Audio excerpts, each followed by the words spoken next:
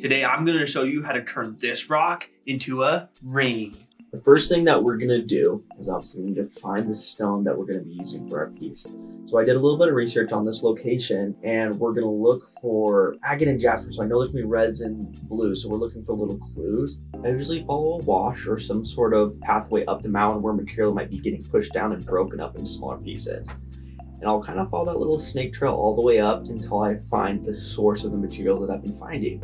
This is where I'm going to find the very best material that I can use in a future jewelry piece. The next thing is to take that material home and sort and filter it. So once I take it home, I'm going to just pick 2 or 3 of the best pieces that I found that day. And then I'm going to take those pieces and I'm going to slice them into sheets. And then from those sheets, I'll find the very best pieces that I can cut and shape into the stone I'll use for my ring. So in this case, it was this little square piece on one of the first pieces we found up there. Super cool. And I went ahead and put it on a stick. I just used wax, and then I'll take it to my polishing station and I'll take it through 6 different stages of polish. So the first stage is 180 grit wheel, and this is mostly just to get the rock the shape that I want it to. So it's gonna move really quick, take a lot of material off, and the second will take less, but remove more of those scratches, and so on until we get a really nice shine at the very last stage. So once I've done that, the stone is done. I don't have to touch it anymore. And I can start to work on actually making the ring. So I sized my client, made sure that the ring is going to be a good fit for him. And then I wanted it to have this very specific pattern where it split at the ends so it was flush with the bezel. So that's what I started to get work on. And I just used my saw to cut off both sides and split it.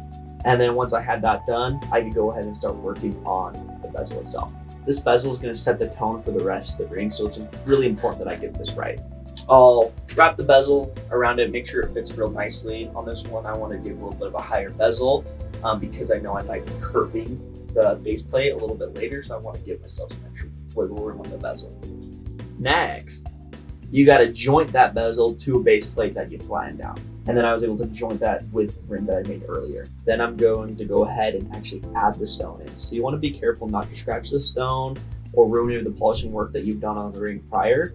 You're going to want to be really careful, and then just kind of like rock it back and forth and get that bezel to like come up and over the stone to hold it in place, so you don't need any glue or anything like that. And then once you have that, you can just add some of the final touches, clean it up a little bit, maybe take it back through, put in the ultrasonic cleaner to clean it up, and you're done. Now, if you don't want to do all of that, I totally understand it's a long process, but you can always buy one from me on rockborn.com.